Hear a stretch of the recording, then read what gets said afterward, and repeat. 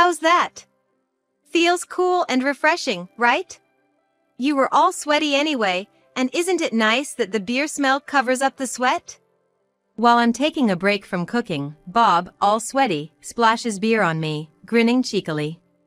Catherine, what are you up to? Did you spill something again? Hearing the commotion, my mother-in-law comes into the kitchen, blaming me. No! Bob splashed beer on me! To my own surprise, I retort quite loudly. Seeing my reaction, Bob keeps up his cheeky grin and plays innocent. What are you talking about? He wouldn't do that, would he? Even though my mother-in-law seems to know the truth, she defends Bob.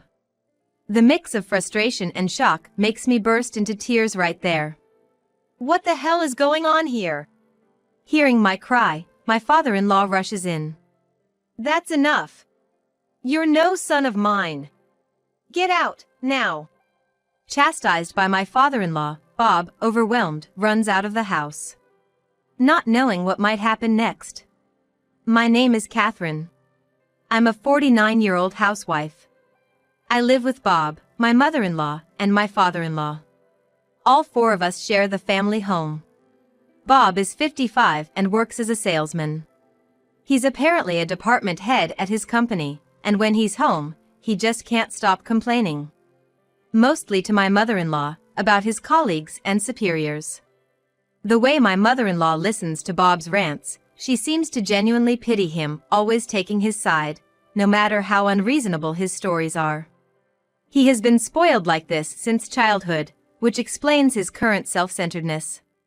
I never realized it until I started living in Bob's family home, but since living with my mother-in-law, I've begun to question Bob's character. Maybe out of jealousy, thinking her precious son was taken away, my mother-in-law began picking on me right after I moved in. Listen, Catherine, you're being allowed to stay at home, so you better make sure you do all the chores perfectly. Always looking down on me, my mother-in-law watches my every move, eagerly pointing out any little mistake. Her favorite phrase to me is, "You must have been so spoiled growing up." Though she herself spoils her son like crazy without realizing the irony. There was a reason my mother-in-law started saying these things to me. This story goes back to when I was a child. I was born the only daughter of a businessman and a stay-at-home mom. Due to our wealthy background, our lifestyle was luxurious. Anything I wanted was bought for me, and I could eat whatever and whenever. Living like this from a young age, I naturally became larger than my peers.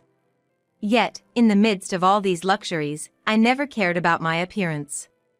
It wasn't until 7th grade that I became self-conscious about my body. Besides the packed lunch my mom made, I would also bring extra pastries from the convenience store every day. Hey, today you bought 3 pastries, huh? I noticed classmates glancing at me and whispering, giggling. Suddenly, all those things I hadn't cared about became a source of embarrassment. The packed rice box, all the fried food, and the daily pastries. That was when I first realized how abnormal it all was. Although my mom never commented, I was visibly overweight, getting winded even from a short run. One day, I took a hard look at myself in the mirror. The price I paid for being pampered. I overheard some classmates talking that day, and I realized I had probably been made fun of for a long time. I started to reconsider and change my life. Not eating out of mere desire, keeping up with exercise, and helping around the house without relying on my parents. Even though I was just a kid, by sticking to these rules, I took my time and successfully achieved a healthy body and mind. My mom and dad were like, "You don't have to push yourself so hard." But they were moved by my efforts and felt ashamed of their own indulgence. I felt grateful to my parents and started working hard on my own. I focused on my studies and got into a top-tier university, looking forward to my future.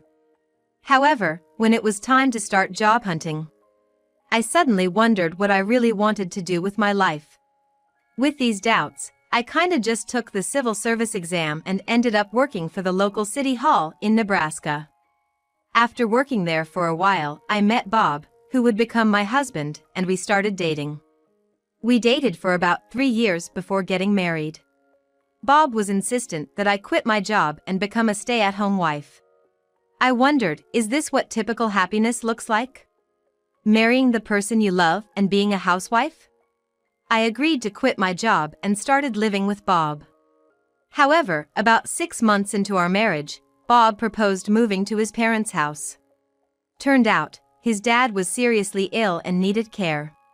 He said he wanted to be close and take care of his dad, and I couldn't refuse his sincere request.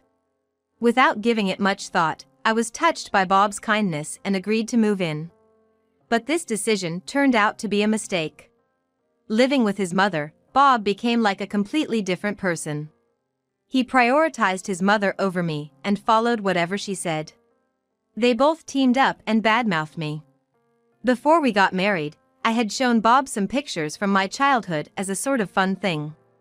He had complimented me saying I had worked hard to look so good, but now he used those pictures to mock me. He told his mother about my pampered upbringing and they made it into a laughing matter. Given all this, his mother perceived me as a spoiled princess.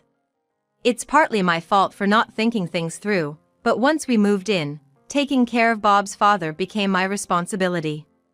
Initially, he was still of working age but became physically ill, making his daily life challenging. His mother didn't want to take care of him and schemed with Bob to have me move in and take on the caregiving role. Unlike Bob and his mother, his father was a gentle soul, always with a smile on his face. He felt bad for me being thrust into a caregiving role at a young age and always tried to make things easier. He noticed the harassment from his wife but felt he couldn't speak up due to his condition.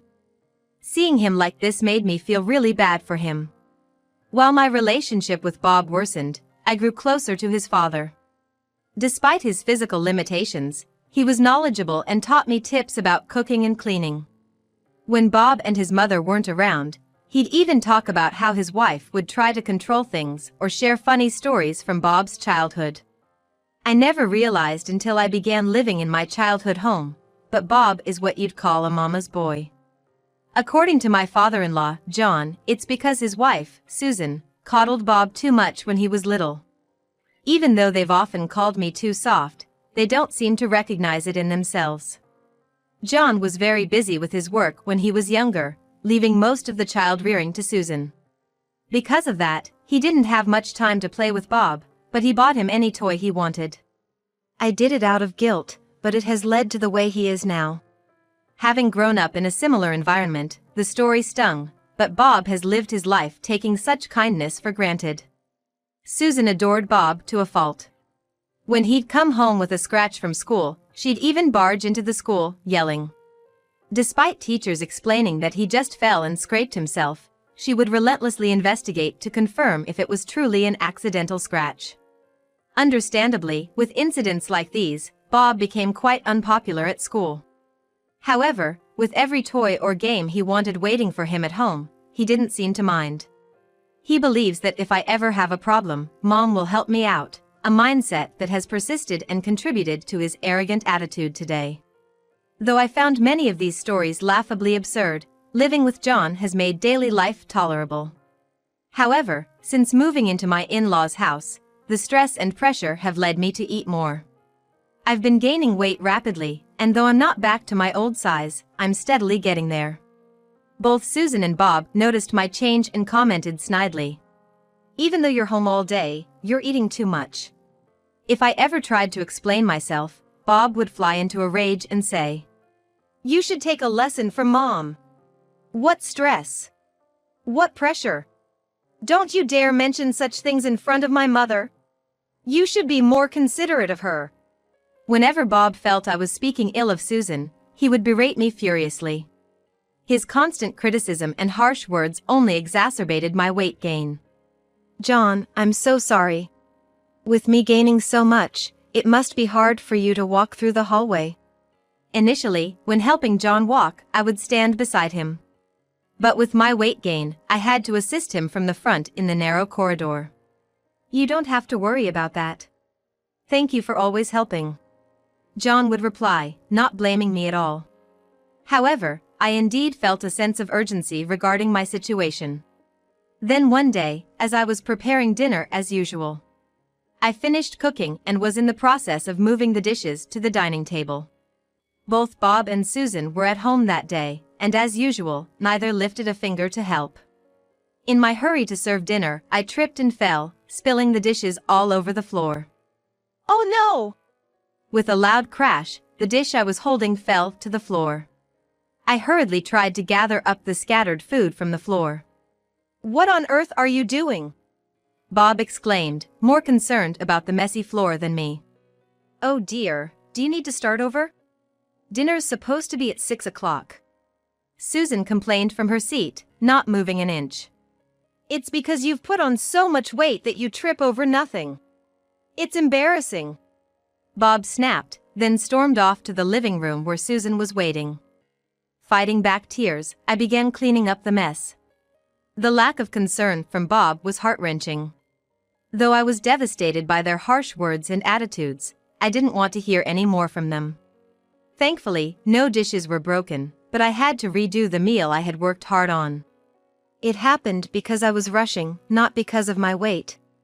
Unable to voice my feelings, I found myself alone, cleaning up the food that had scattered across the floor. Even though Bob and Susan continued to make snide remarks about dinner being late, once John realized what had happened, he stepped in and thankfully, the situation was diffused. Afterwards, John repeatedly apologized to me, constantly checking if I was hurt or if there was anything he could do to help. John, who always cared for me, had his birthday approaching that weekend. Every year, I make a point to prepare a slightly more lavish dish than usual to celebrate. Whenever I'd ask if he wanted something specific, he'd always say, "You cook delicious meals for me every day. I can't be so cheeky as to ask for more." This was a stark contrast to Bob and Susan, who never held back, always wanting cakes from famous bakeries or a fancy steak for their birthdays. Just the thought of having to reserve cakes and meals months in advance for these two gave me an uneasy feeling in my stomach. From our usual conversations, I had picked up on John's favorites and began preparations for his birthday. On the day, I started cooking earlier than usual. It was nearing the end of summer, but with fried dishes on the menu, the kitchen felt like a sauna.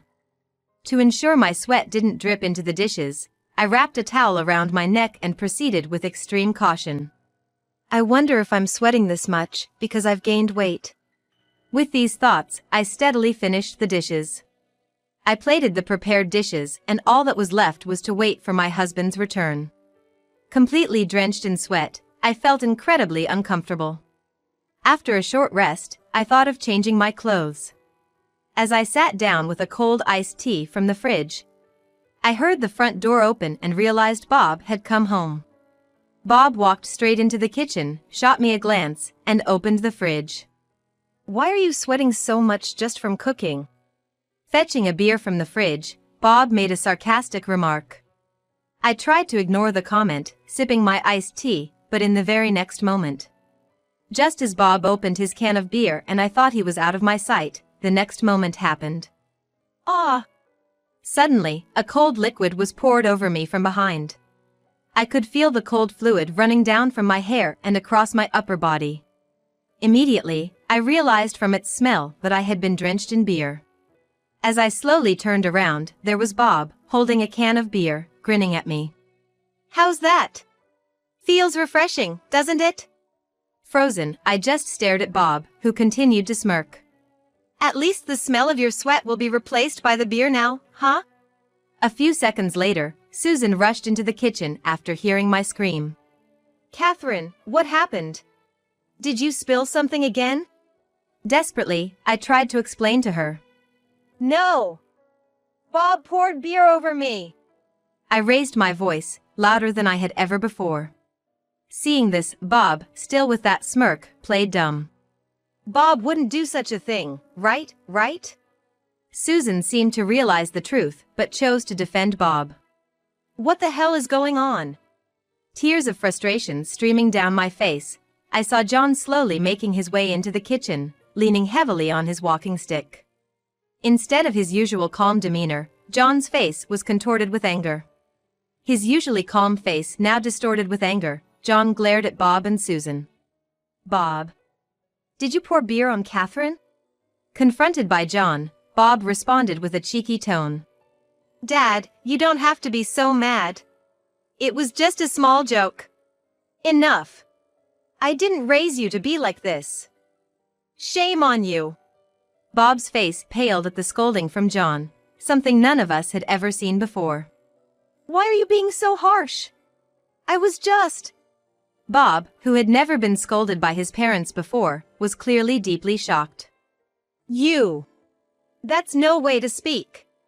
Immediately, Susan rushes to comfort Bob. You better knock it off too. With a sharp rebuke from John, Susan freezes on the spot. From the shock, Bob drops the beer can he was holding and looks like he's about to cry. Seeing Bob like that, I felt truly sorry. Enough!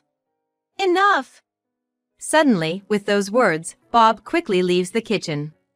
The next moment, the front door is heard opening and closing swiftly. Seems like he's stormed out of the house. Bob! What have you done? Susan shows signs of rushing after him but gives up after a stern look from John. Just let him be. Leave him alone. Overwhelmed with shock, Susan leaves the kitchen too. Catherine. I'm truly sorry for all this. Are you hurt? While using his walking stick, John offers me a fresh towel, noticing I'm drenched. I'm sorry. Because of me, both Susan and Bob. For some reason, all that came out of my mouth were words of apology. Seeing me like this, John kindly reassures me and starts cleaning the messy kitchen. Normally, I wouldn't let John, with his physical challenges, do any of this. But this time, I let him take care of it out of gratitude. Neither Susan nor Bob showed up for the rest of the day. After cleaning the kitchen, John and I celebrated a quiet birthday and had dinner together. John repeatedly apologized during dinner and enjoyed the meal I prepared. Though I was concerned about Bob's whereabouts, given what had just transpired, I decided to let him be. The next morning, just a bit past 7 o'clock. Excuse me. An officer brings Bob home, his face swollen and red.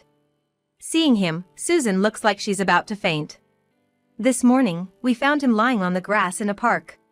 From what the officer explained, Bob had been drinking at a nearby park and passed out.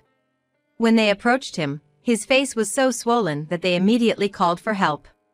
Seems like a severe insect bite. Having spent the night drinking outdoors during the summer, it's no wonder he got bit. Some of the swollen areas look worse than just mosquito bites. I expressed deep gratitude to the officer who had taken care of Bob and welcomed him inside. Bob! Look at your face! We need to get you to a hospital.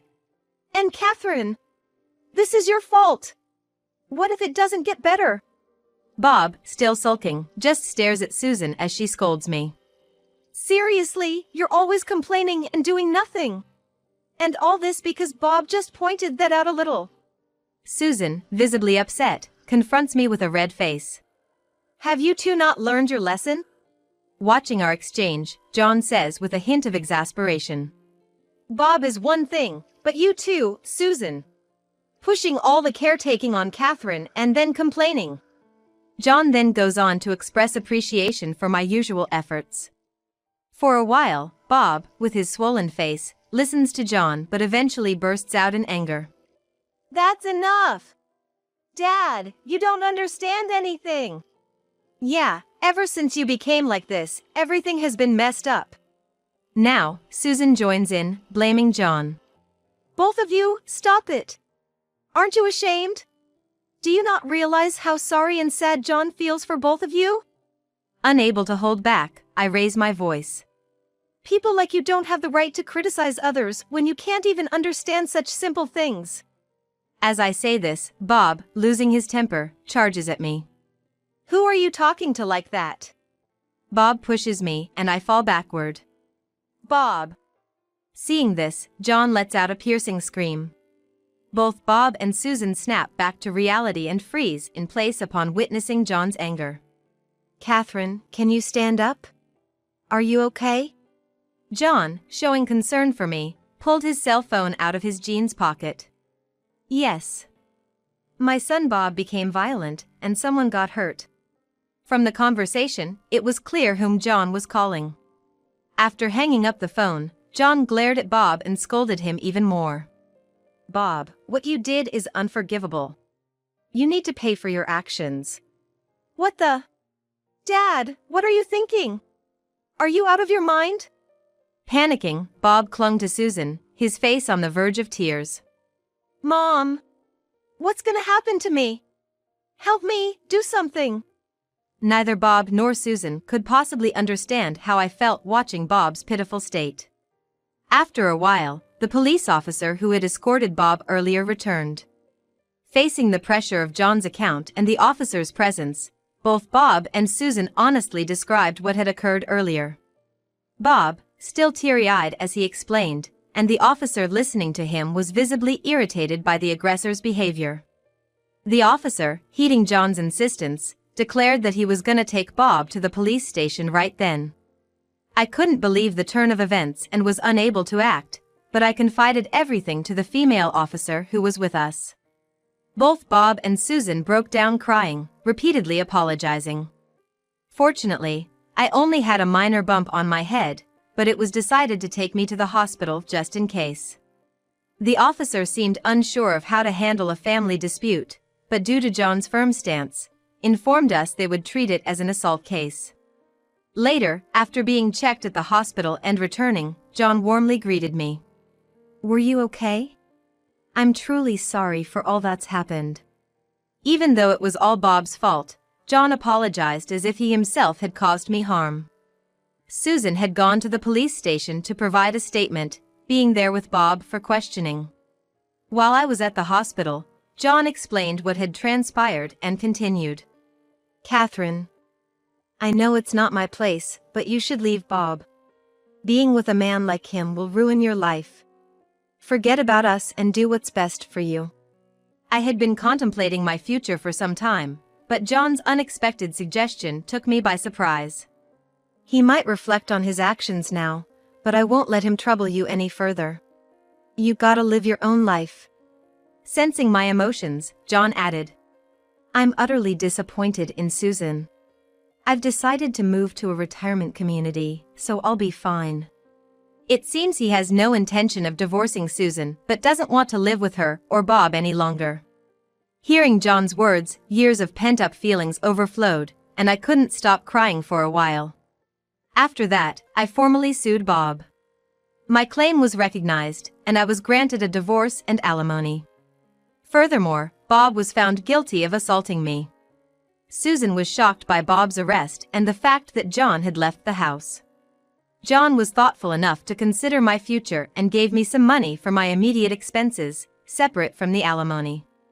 I thanked John many times for supporting me throughout, and that marked the end of my married life. A few months after divorcing Bob, I rented a new apartment and started working.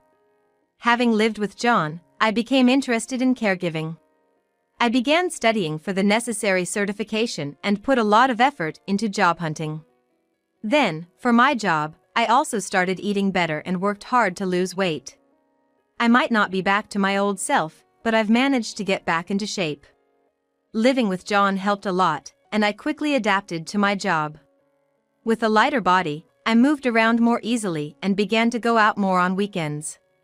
I was freed from a life where I lived in fear of Susan and Bob, always trying to gauge their moods. I sometimes missed the long years of marriage, but new encounters came my way. I started a cooking class as a hobby and got along with a like-minded man. Though I had traumatic memories from my life with Bob, I'm thinking of getting closer to him gradually. I had such encounters, but I regularly visit John at his care facility. John has always been concerned about me, and he was happy for me when I got a new job and met someone new. John would tell me, "You can forget about me now." But he's not like Bob or Susan. I deeply respect John as an individual.